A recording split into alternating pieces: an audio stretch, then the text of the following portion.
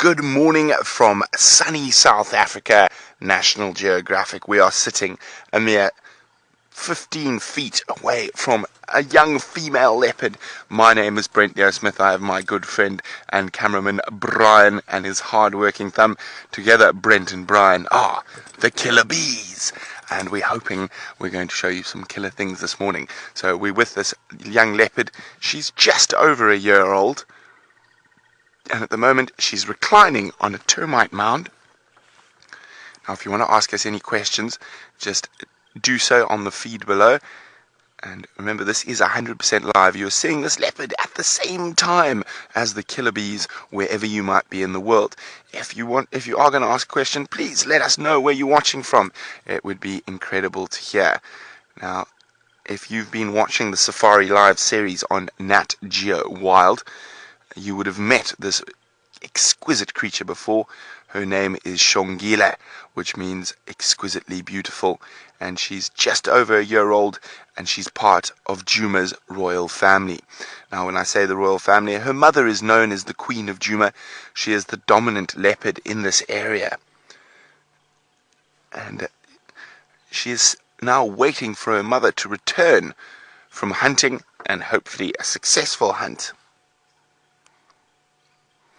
Now, Christine would like to know, will she eat the termites on that mound she's lying on? No, she's unlikely to. And a lot of those termites have some impressive chompers and they can bite her quite painfully. Leopards will eat termite alates, or flying ants, so the future kings and queens of future termite colonies. And they're very high in protein, but the normal worker termites that you're going to find associated with a mound like that, very unlikely. Look at that face. Isn't that gorgeous? Now, we are in the 8.5 million acre unfenced wilderness known as the Greater Kruger National Park. We're on the western edges in an area that's world famous for incredible leopard viewing. Now, the leopards here have been habituated to the vehicles since they were cubs. I have actually known Xongile her whole life. I found her when she was less than 6 hours old, so probably about 6 or 7 inches big, and we've followed her as she's grown into this incredibly beautiful young leopardess.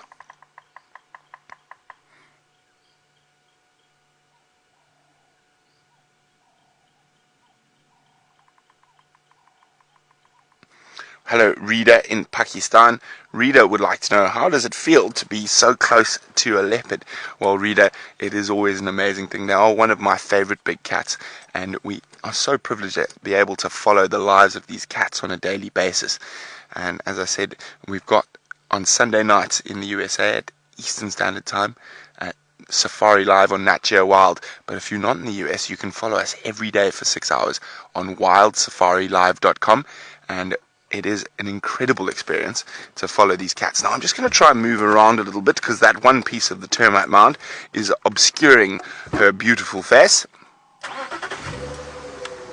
Now, a lot of you might be worried that we're in an open safari vehicle, and don't be. We're completely safe here. Now, Emily is wondering, how old is she?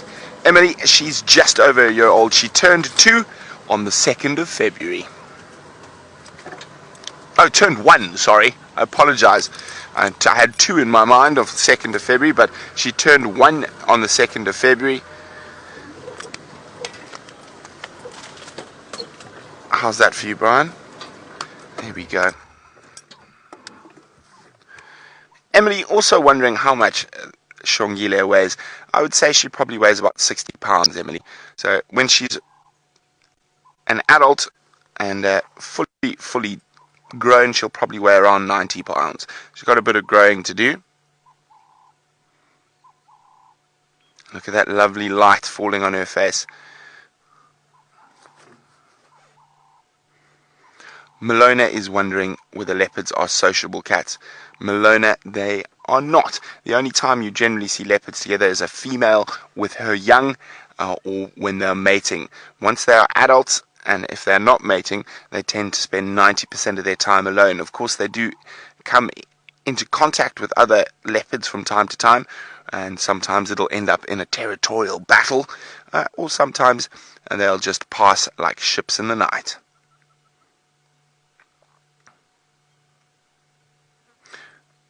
You can see all the flies out buzzing around, and a lot of those are biting flies. There we go, she's trying to shake them off.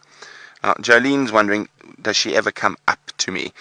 She will pass within a foot of my vehicle, but I don't think she's coming up to me. She's just on the move, like it looks like she might be now.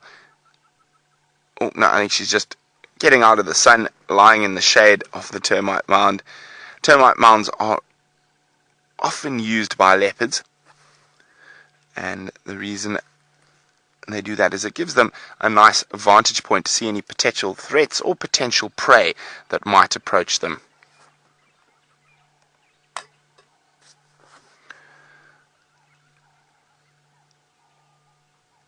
Hi, Lucy. Lucy is wondering what is their favorite meal. Lucy, whatever they can catch. Normally small to medium-sized antelope, so from duiker or steenbok up to impala. Big male leopards can catch kudu, but whatever they can catch, she will, at this age, she will probably hunt hares, squirrels, birds, lizards, anything she can get her paws on. At the moment, most of their protein is still coming from mom, who leaves them in an area and goes out hunting. And once she's caught something, stashed it in a tree, she'll come back, fetch the cubs, and lead them back to the kill. You can see that lovely long tail and that very white underside at the far end of the tail. It's especially important in female leopards when they have young cubs, because that bright white sticks out in the bush, and the cubs are able to follow her through thick bush or long grass. Of course, she's probably still a good 2 to 3 years away from having her first set of cubs. She still needs to establish her territory. So what will happen is her mother will normally give away a part of her territory to her, so she has a nice easy start. Now she does have a brother, a twin brother, who's somewhere around here. It's not uncommon for the cubs to be separated from each other for a while, and as soon as mom comes back and starts calling for them, they'll all reunite and head off to wherever the meat is. Now remember, if you are enjoying this live feed, you can follow us 6 hours a day on WildSafariLive.com, and of course if you're in the USA, we got 2 more Sunday nights at 11 p.m. Eastern Standard Time. Join us on Nat Geo Wild. And we've been following the royal family for the past 6 weeks, and with all their trials and tribulations. Of course, they're not only leopards out here. There's lions, there's hyenas, there's wild dogs, there's cheetah, elephants, a buffalo, and a whole host of other incredible wildlife that you can see if you join us on our live safaris. And we have a drone to look at Africa from above. We have a second vehicle, which at the moment is out tracking lions. We have a bushwalk that is scouring the African veldt for all sorts of wonderful creatures. And we have a museum tent with microscopes to look at insects, scorpions, spiders, snakes, and all sorts of other fantastic creatures. But at the moment, it looks like our little princess is having a nap. Lorraine is asking, why is she twitching? Oh, and she's very beautiful. Now, Lorraine, that's nerves, and you'll notice that in a lot of different animals here. Those nerves, those little shimmers, are to try keep the biting flies, which she's trying to bite back, off her body. There we go, those little shimmers there. It's to stop the biting flies being able to settle on her. So, from Brent and Brian, the killer bees, and the most beautiful little leopard, Xongile. It's been great having you. Remember, WildSafariLive.com, 6 hours a day, or join us if you're in the USA at 11 p.m. Eastern Standard Time on Nat Geo Wild to follow the incredible creatures of South Africa.